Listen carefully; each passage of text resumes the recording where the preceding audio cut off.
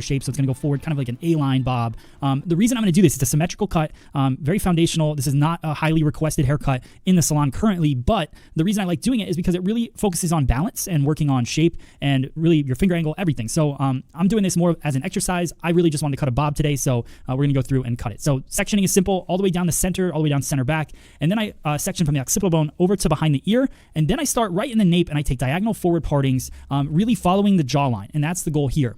Now, as an exercise, or if you're a student in hair school or you're somebody that just is trying to better their haircutting skills, it's really important to focus on 3 different things. The first one is your elevation. Second one is your angle, finger angle, and then the third one is your partings. So focus on how are you parting the hair, and is your finger angle parallel to that parting, because that's what I'm going for in this cut. I want the flow of the weight to kind of move with the jawline, and that's going to make the end result of this cut really nice. So also I want you to notice that I don't worry so much about the hairline. I've talked about this in multiple videos, but people get so worried that their haircut right away isn't looking like that really hard, strong line that they see on the internet or in old haircutting books and all that. You don't have to worry about the hairline right away. So think about the angle that you're trying to achieve, and then make sure that your finger angle reflects that.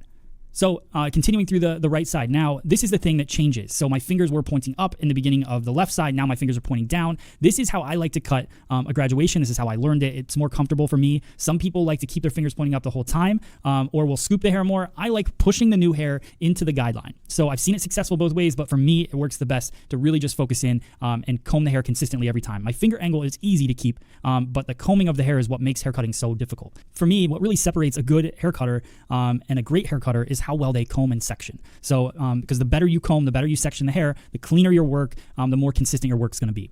So now you notice that I've moved about 2 inches up on the head. I'm not going too extreme. I like to go whatever is about half my finger, but I'm also looking at the head shape. So you notice that I put the comb on the head, and I work and I figure out how that head shape is moving, because that's really going to play a big role or key role in how my graduation looks and feels. So notice that 90 degrees is now shifting up. If you look at 90 degrees out from the head, all the way around the head, you're going to notice that the nape, it's more down. And then obviously as you work up past the occipital bone, 90 degrees is more out. And then when you get to the top of the head, obviously 90 degrees is pretty much straight up. So understand that 90 degrees is going to give you a seamless layer. Anything from that and above, you won't see a weight line, right?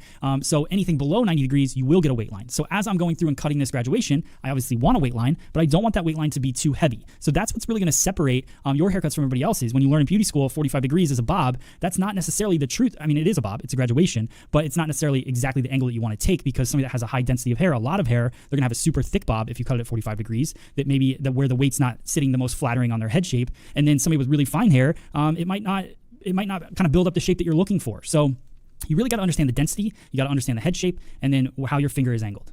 So again, I switch, now I'm pointing down, but you could see that buildup of weight. So where I want you to really focus in right now is how my finger angle is kind of curving into the jawline, and then you see exactly where that weight starts to sit. So where the tip of my finger is where that buildup of graduation starts, and then it gets heavier and heavier as it gets to the inside of my finger because of the head shape, right? So as the head shape is curving up, my angle is getting more extreme, it's getting lower, it's a lower elevation, so you end up with a heavier shape. So now I move up the head shape again.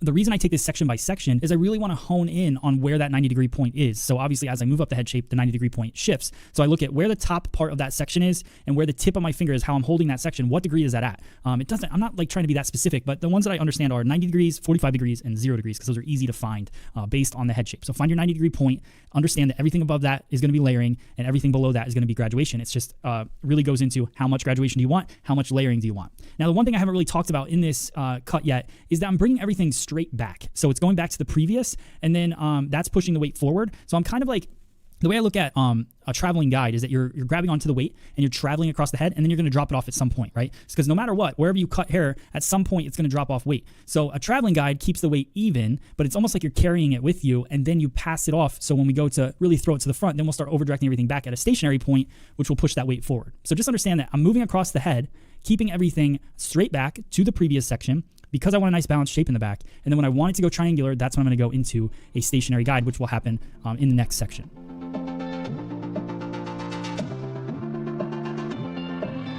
So here's one thing where people will make an adjustment. not going to say it's right or wrong, but I like to have a little bit of disconnection at this point. So you'll see that my line, because the hair goes away, right? So the hair around behind the ear is where that hole happens because you don't have hair underneath there. So when I pull that section out, I actually have hair. It almost makes it look like I want to change my finger angle and start scooping under the head. I don't want to do that. I want to continue my line straight down. That'll give me a disconnection. You can see that balance there. That'll give me a disconnection of weight, but I can always cut into that disconnection later. So right there where I'm kind of ironing the hair, that's where that disconnection is. So I'm using my Paw Patrol Pro Tools iron. Love this iron. It's so smooth on the hair. I use a flat iron on almost every guest to smooth them out for the cut. And now I'm working on that nape area.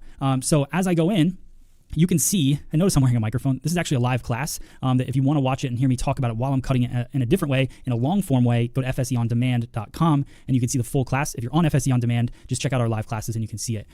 So I'm going through and I'm just using the tip of the scissor. This is the Matt Beck Scissor V1. I do have that for sale. It's a limited edition scissor. I only have like, I think 20 pairs left. So if you're looking to get one, it's a 5-inch scissor. It's great for precision cutting. It also works really great on dry cutting and it's made by Mizutani. So I'm working through the nape area, creating that line just using the tip of the scissor. Notice the graduation and that disconnection. That's everything that we've built so far. The other thing I want you to notice is that I blew it dry and I haven't blown dry the rest of the haircut, right? So the reason I do that is I want to make sure my shape is looking the way I want it before I can continue on to the rest of the cut. A lot of people will do the entire cut, then blow it dry, then notice that it's too heavy, and then you know, I don't know what they do. Some people don't do anything. Some people have to go back and wet it and recut it. Depends on your laziness meter, I guess you could say. I like to go through, blow dry the back, really make sure my balance shape is how I want it. Then I continue through the front and I connect it all together. So notice everything's just kind of diagonal forward parting still, bringing everything over to me, still working on that center parting, so keeping everything nice and balanced and just bringing it over. So there you go.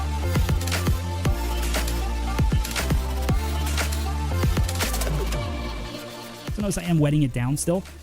There's, you know, you don't want to cut wet hair onto dry hair. You could, but just to make sure that you have that same tension, same elasticity in the hair, you wet it down just a little bit. So diagonal forward, mimicking what I want my finger angle to be, kind of how I'm working with that jawline. So that's how I know I'm going to get a balanced shape.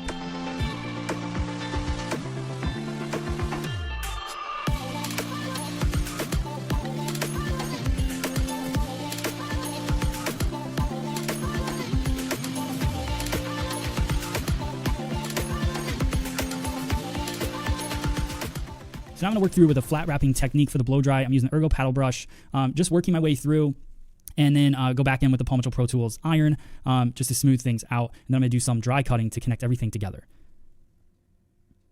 Notice my iron work, I take pretty much the same type of partings, and then I work that iron with the head shape. So a lot of people just kind of flat iron the hair out. It's what I've seen when teaching classes. People just kind of work that iron straight down. You want to bevel it slightly. You don't want to curl it, but you want to bevel it with the head shape.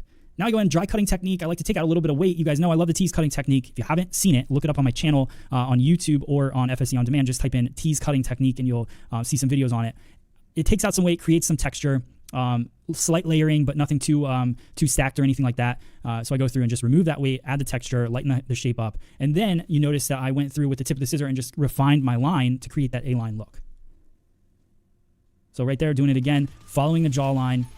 I over-direct everything, elevate everything to get the weight where I want it, right? But then the hairline is where I want to go through and change that up.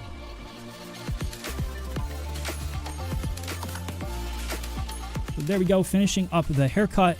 You can see, nice shape. Like I said, this is a classic shape, so you could alter it. You could make it a little bit longer, make it a little more modern, but this is my take on a nice classic A-line bob. Hope you guys liked the video. Let me know in the comments if you have any questions. Thanks for watching. All right, guys, and like always, if you made it this far, let me know in the comments. I'd love to hear that. And make sure you subscribe to the channel. I got new videos coming out almost every single day. And if you guys are looking for some new tools, go check out freesaloneducation.com. Go to our online store. You can pick up the scissors, combs, clips, everything you see me use in these videos, you can purchase right on our store. So thank you guys so much for watching. I will see you guys on the next video. Thanks.